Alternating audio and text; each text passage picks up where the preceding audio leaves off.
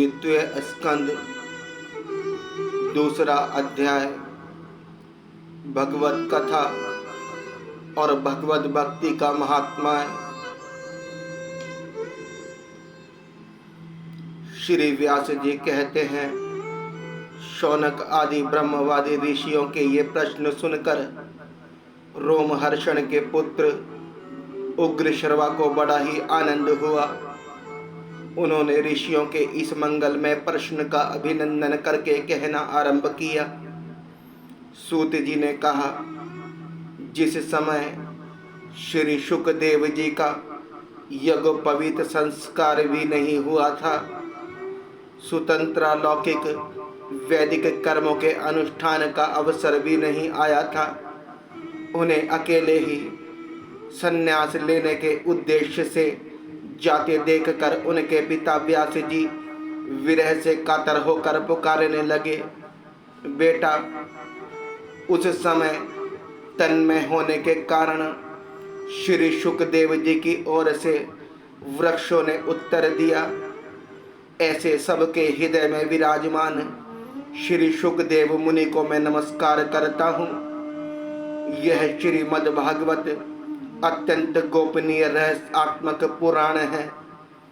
यह भगवत स्वरूप का अनुभव कराने वाला और समस्त वेदों का सार है। संसार में फंसे हुए जो लोग इस घोर अज्ञान अंधकार से पार पाना चाहते हैं, उनके लिए आध्यात्मिक तत्वों को प्रकाशित करने वाला यह एक आदित्य दीपक है। वास्तव में उन्हीं पर करुणा करके बड़े बड़े मुनियों ने, आचार्य श्री शुकदेव जी ने इसका वर्णन किया है। मैं उनकी शरण ग्रहण करता हूँ। मनुष्यों में सर्वश्रेष्ठ भगवान के अवतार नर नारायण ऋषियों को, सरस्वती देवी को और श्री व्यास देव को नमस्कार करके तब संसार और अंतःकरण के समस्त विकारों पर विजय प्राप्त कराने वाले इस श्रीमद् भागवत महापुराण का पाठ करना चाहिए। ऋषियों, आपने संपूर्ण विश्व के कल्याण के लिए यह बहुत सुंदर प्रश्न किया है, क्योंकि यह प्रश्न श्री कृष्ण के संबंध में है और इससे भली भांति आत्मशुद्धि हो जाती है। मनुष्य के लिए सर्वश्रेष्ठ धर्म वही है जिसमें भगवान श्री कृष्ण में भक्ति हो। भक्ति भी ऐसी हो जिससे किसी प्रकार की कामना ना हो और जो नित्य निरंतर बनी रहे। ऐसी भक्ति से हृदय आनंद स्वरूप परमात्मा की उपलब्धि करके कृत्य कृत्य हो जाता है। भगवान श्री कृष्ण में भक्ति होते ही, अनन्य प्रेम से उनमें चित्त जोड़ते ही निष्काम ज्ञान और वैराग्य का आविर्भाव हो जाता है। धर्म का ठीक ठीक अनुष्ठान करने पर भी यदि मनुष्य के हृदय में भगवान की लीला कथाओं के प्रति अनुराग का उदय ना हो, तो वह निरा शर्म ही शर्म है। धर्म का फल है मोक्ष। उसकी सार्थकता अर्थ प्राप्ति में नहीं है। अर्थ केवल धर्म के लिए है।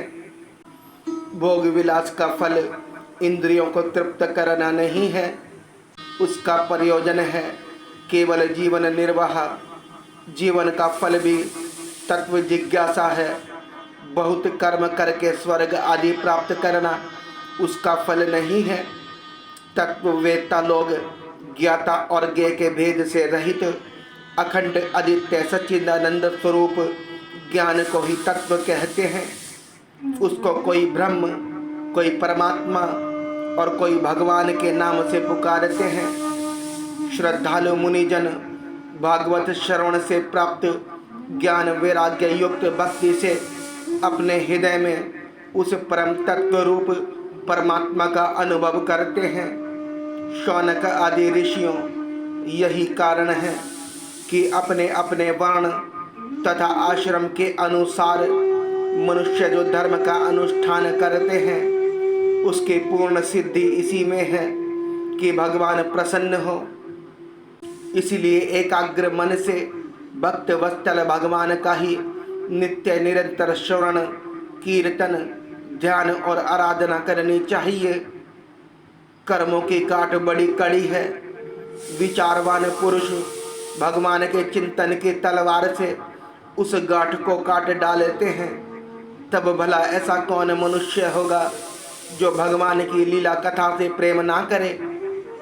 शौनक आदि ऋषियों पवित्र तीर्थों का सेवन करने से महत्व सेवा, तदनंतर श्रवण की इच्छा, फिर श्रद्धा, तत्पश्चात भगवत कथा में रुचि होती है।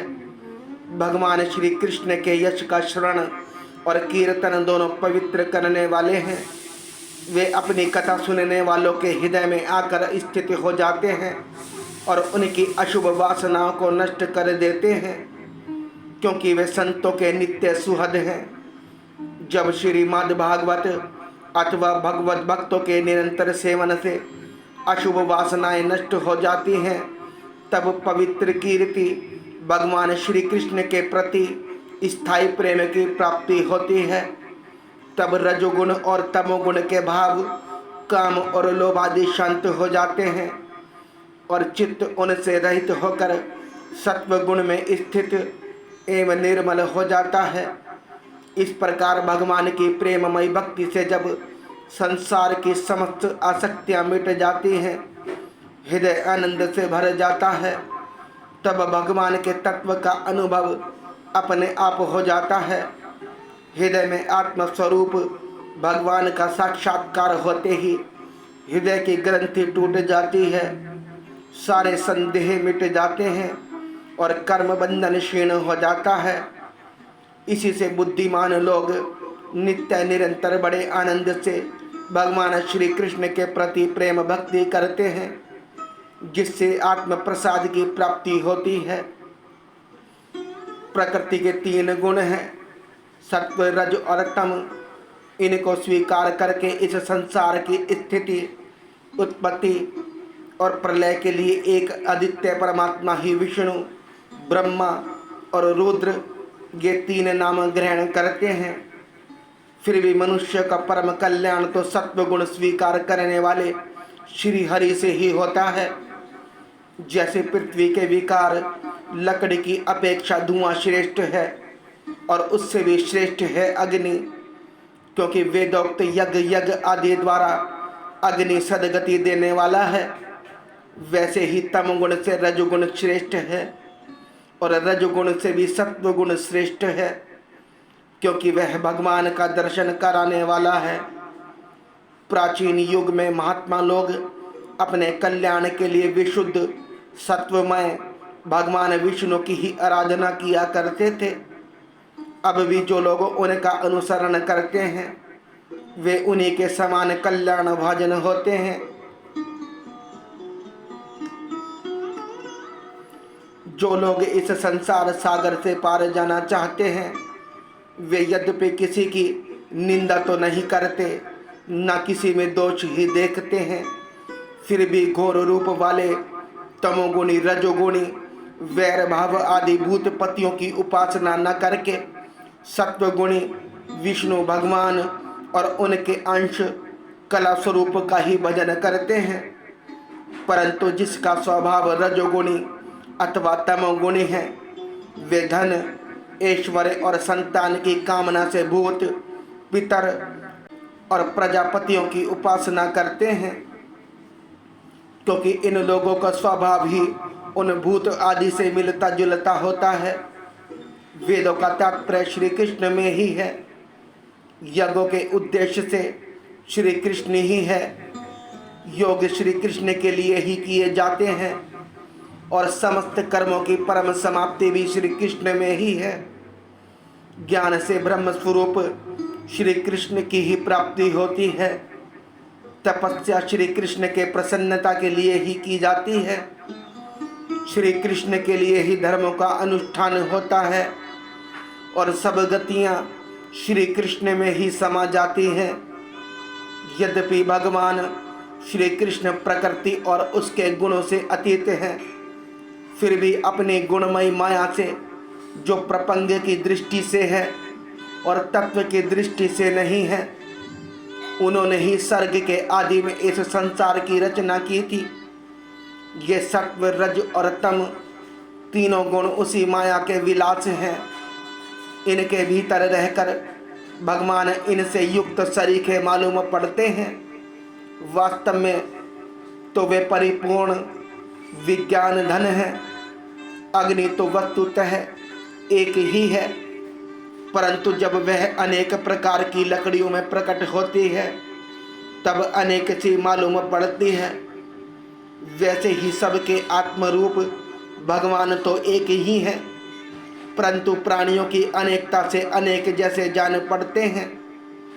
भगवान ही सूक्ष्म भूत, तन्मात्रा, इंद्रिय तथा अंतःकरण आदि गुणों के विकार भूत भावों के द्वारा नाना प्रकार की योनियों का निर्माण करते हैं और उनमें भिन्न भिन्न जीवों के रूप में प्रवेश करके उन योनियों के रूप में विषयों का उपभोग करते कराते हैं। वे ही संपूर्ण लोकों की रचना करते हैं और देवता, पशु, पक्षी, मनुष्य आदि योनियों में लीला अवतार ग्रहण करके सत्व गुण के द्वारा जीवों का पालन पोषण करते हैं।